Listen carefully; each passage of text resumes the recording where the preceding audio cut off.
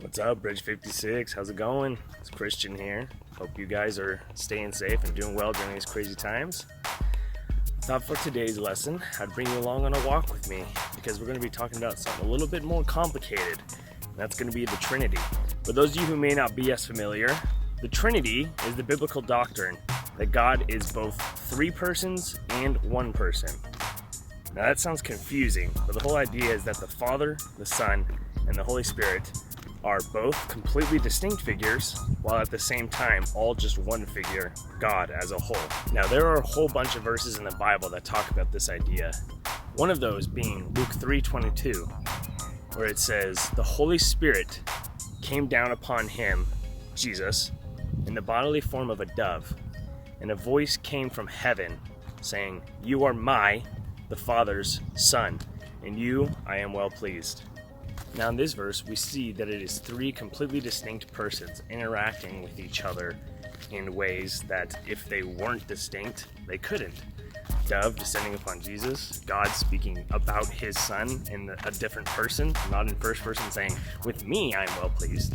He's saying, "With you, my Son, I am well pleased." Okay, so from this you may say, well then obviously God isn't three in one. God is just three separate people if you look at this verse. Well, now we got to turn to other places in the Bible. If we turn to John 1:1, it says that in the beginning was the Word, and the Word was with God, and the Word was God. Now, what does that verse mean? Well, in John 1:14, just a little bit farther, it says that the Word became flesh, came down and dwelt among us. So the Word is Jesus Christ. It says that to us many times.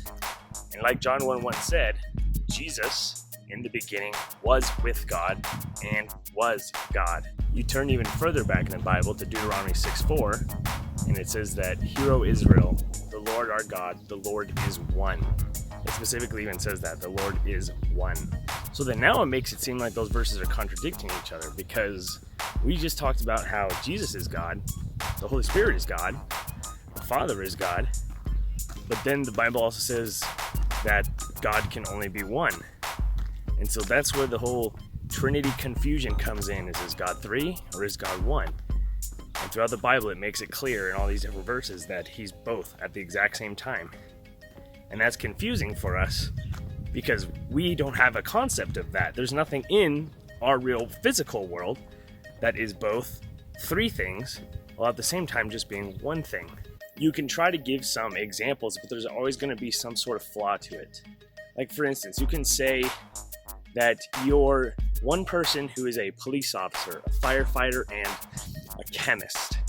Now that's one person who has three distinct jobs. And that's kind of like the idea, but it's still not perfectly correct because that's still one person with three distinct jobs. But God is one person with three distinct jobs as three distinct people. Another way you could think of it is like water. Water can have three states that we all know: liquid, solid, and gas. But water can exist in all three of those states, and it can exist in all three of them simultaneously together. You have a container that has gaseous water, liquid water, and ice water in it. So you have ice existing in all three of those forms simultaneously and separately, while also always still all being water. Examples like this aren't perfect, and we're never going to have a perfect example in the real world because physically things can't exist the same way that spiritually God can. But examples like this can give us good ideas to kind of try to wrap our head around of what it means to be the Trinity. Now, an important thing to remember is that although God is three in one, the Holy Spirit is not the Son is not the Father, and the Father is not the Holy Spirit. Yes, God is all three, but all three are still, like we said, distinct from each other. So you can't confuse the fact that just because God the Father is God and God the Son is God, God the Father is not God the Son. The takeaway from this is that we worship an all-powerful and very unique God who exists in a way that we can't even comprehend. And that's pretty unique to Christianity. The idea that we can have a Trinitarian God who's all-powerful and all-loving. I encourage you that if you feel like you still have any questions about the concept that you would like to be clarified a little bit more, or just really any question about the whole subject, that you take it to your parents or your youth leader or pastor or anything like that, because they're always there to answer your questions and be there for you. That's the whole point of the church community.